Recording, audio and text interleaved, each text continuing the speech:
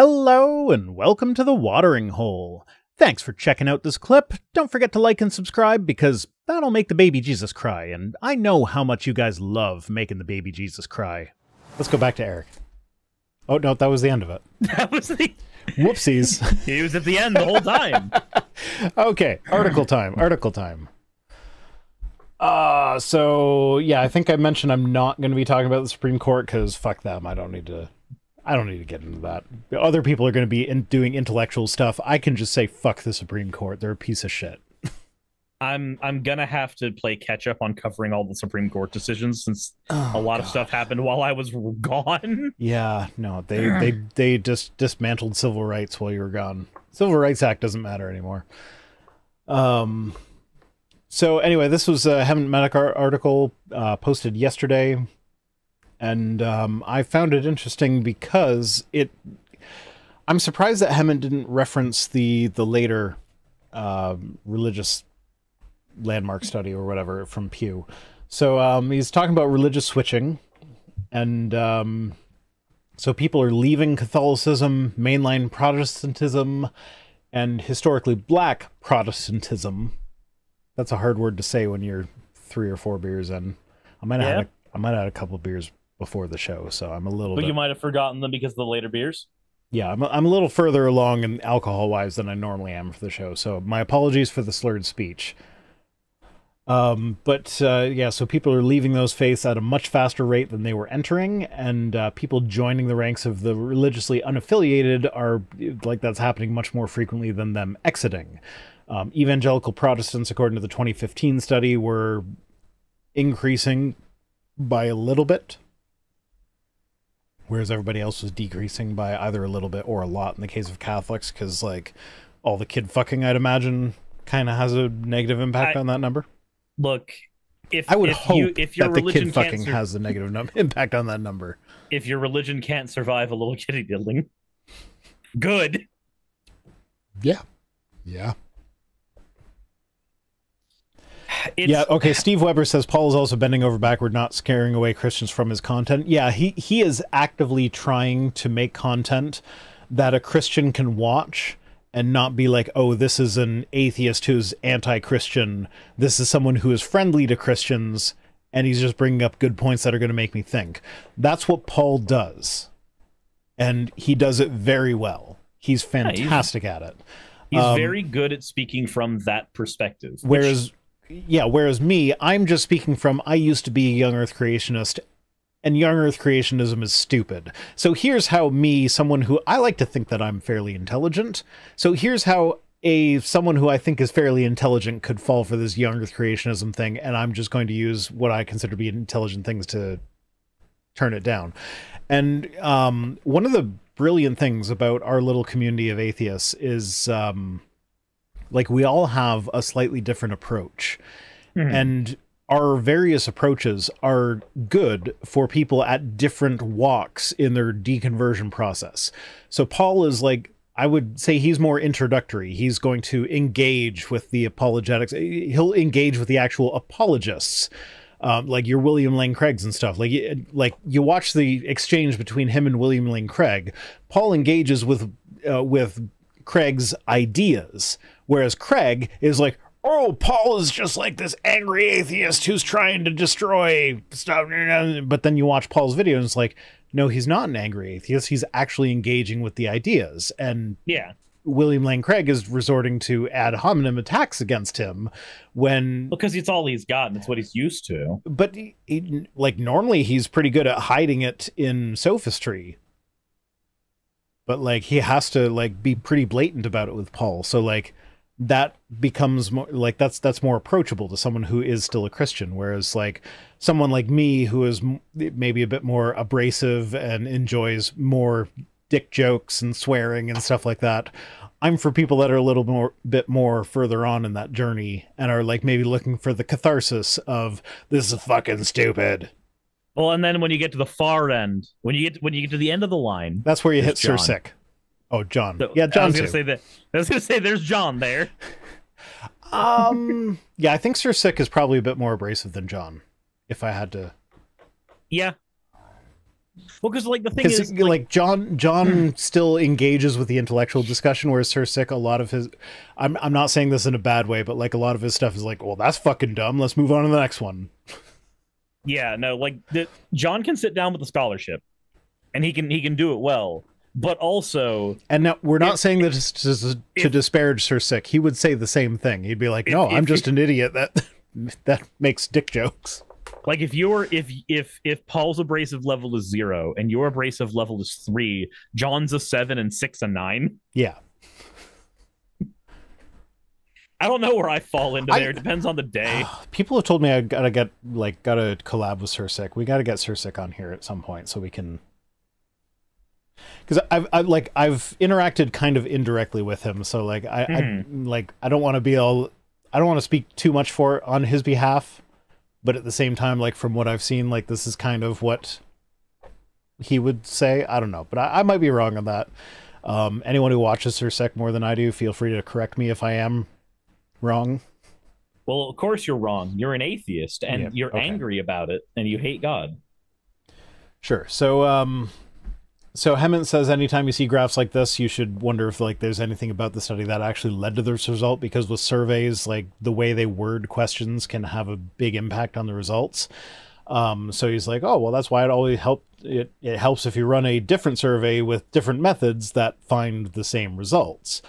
So he found that sociologist Ryan P. Burge used the General Social Survey to look at the same thing. And what he well, it's not quite the same thing. This is how many people, when they're born into a certain religion, remain that religion throughout their life.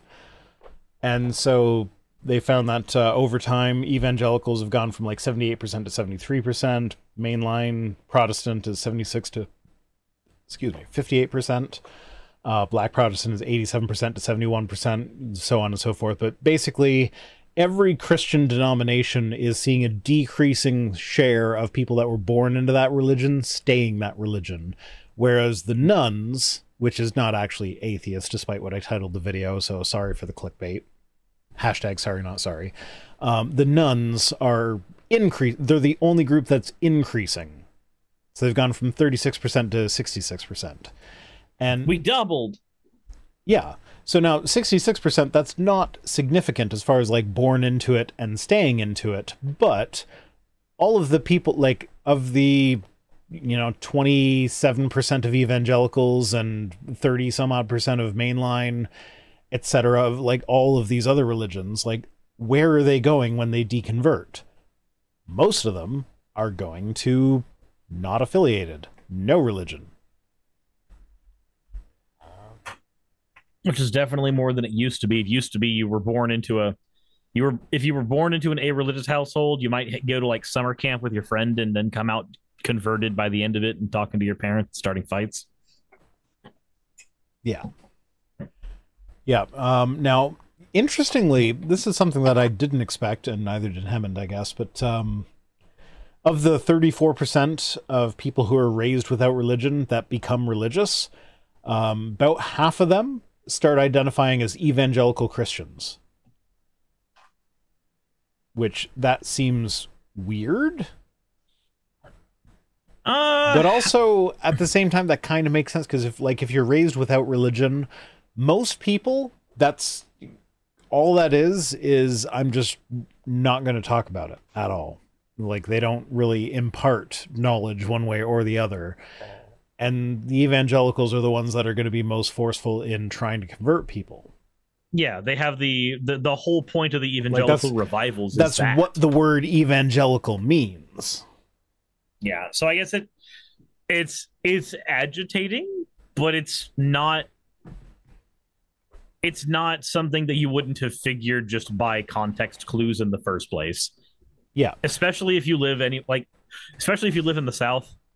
But also, we're living in an interesting time demographically speaking, because most of the nuns now are people that used to be religious. There are very few people that were actually raised non-religious. So we're really only just starting to see the results of people who are actually raised non-religious to see what happens to them as they grow up. So it'll be interesting to watch this trend as time goes on. But oh goodness, I forget which button I set up for this. But I'm actually kind of surprised that Hemant didn't use the survey from 2020, which wasn't this button. Yeah, there we go. So this is the survey that looked at religious switching in 2020, and they found that the unaffiliated group gained 7.5 million members worldwide, and Christians lost 8.1 million members worldwide. That's an even bigger jump. Yeah, so the unaffiliated group, like there are some religions that are growing, and this is specifically to people converting. So this isn't like I had a bunch, like I'm a Christian and I had a bunch of kids and all my kids are Christian. This is specifically who became a Christian, who became unaffiliated, who became a Muslim. And it's the Muslim folk religions and other religions, which are like the Jainism and the like the ones that are smaller than the Hindus and the Jews, which are relatively tiny compared to the other big guys. But like most religions are losing members. The only one that's really gaining members through conversion are the Muslims.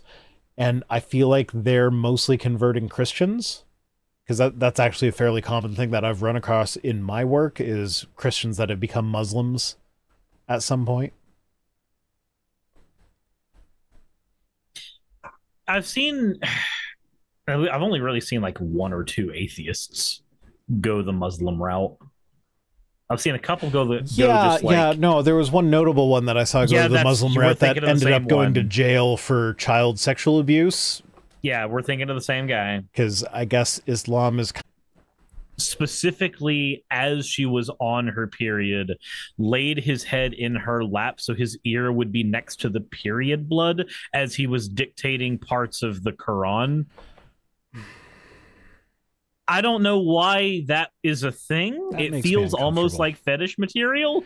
That makes me uncomfortable. Yeah, made me uncomfortable too. This is knowledge that can't be unknown. I sometimes lay my head in my partner's lap, but that has nothing to do with her period blood. That has to do with I like it when she rubs my back, and that's the position that it works the best in. And if she were 9 years old, she wouldn't be my partner because that's a fucking child. Anyway. Look. All I'm saying is he was apparently one of the most holy of men. No, he wasn't. He was a warlord who liked to fuck kids. Yep. Yeah, that's... And don't worry, you'll get it. You'll get at least 12 comments. Somebody clip this for the next time somebody complains that I don't cover Islam enough. I was about to mention that, and don't worry, you'll have about 12 comments from people saying that you wouldn't say this about Muslims. Yeah. We would. No, see, I wouldn't talk about Well, I probably wouldn't talk about Muslims like, and I avoid this with Christians as well. Like, I forget who I had on, but there was someone I had on that kept on saying Christians this and Christians that, and it was like I had to like butt in at some point and be like, well, just to clarify, when you say Christians, you're meaning this particular type of Christian, because like there are Christians who are Unitarian Universalists who are like happy-go-lucky and everything's fine, whatever, gay people are fine, let's not impact the laws. But like those aren't the majority, like mainline evangelical hardcore Christians, so like let's distinguish between those two. Yeah.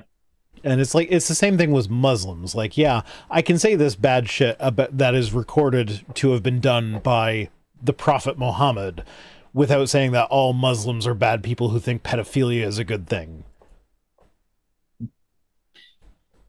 Oh, it's like when I so in the airport there was a lot of the advertisements that are placed everywhere.